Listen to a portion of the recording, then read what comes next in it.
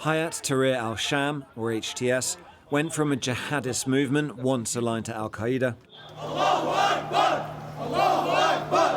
to forming the official government of Syria. A monumental transformation for them, their country, and the wider Middle East.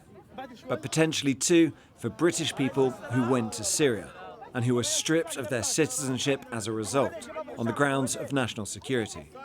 I am in Damascus. Allahu Akbar, the Bashar regime has fallen.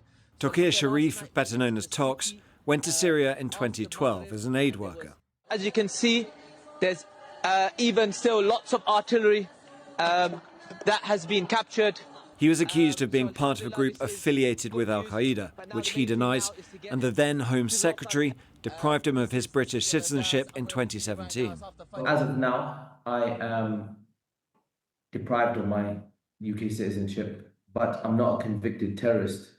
And the reason for that is because we boycotted the SIAC secret courts, which don't allow you to see any of the evidence presented against you.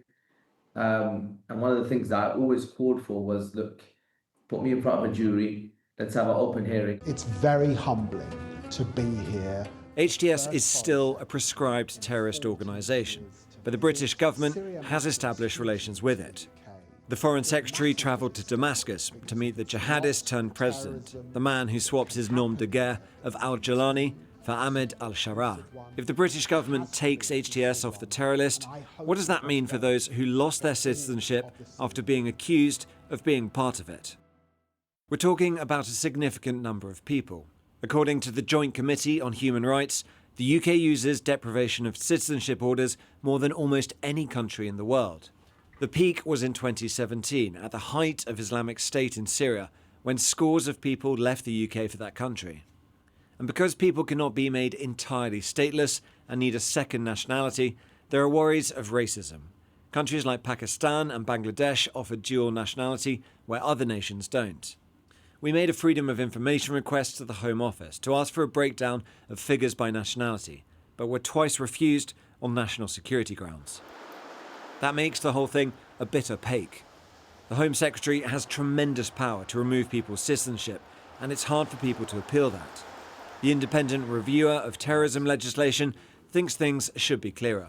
I do think there is a problem when you have people whose relationship with the country that they're left with is really technical, and they may never have realised that they had a relation, had that citizenship before, and may never have gone to that country. Me and my predecessors have all said, owing to how frequently this power is used, it should be something that the independent reviewer should have the power to review.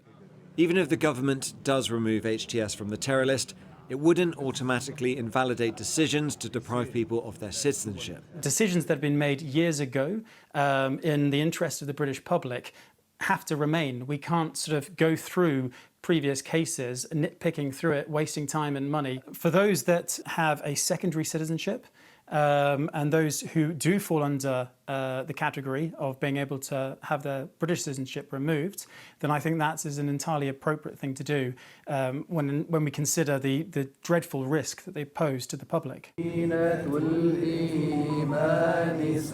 But those born and raised in Britain, who joined the same cause and lost their citizenship as a result, might reasonably ask why that should remain the case. Tom Cheshire, Sky News.